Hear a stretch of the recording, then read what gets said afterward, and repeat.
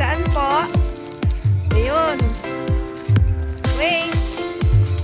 Punta nga daw kami sa poultry ng dalawang itlog na ito.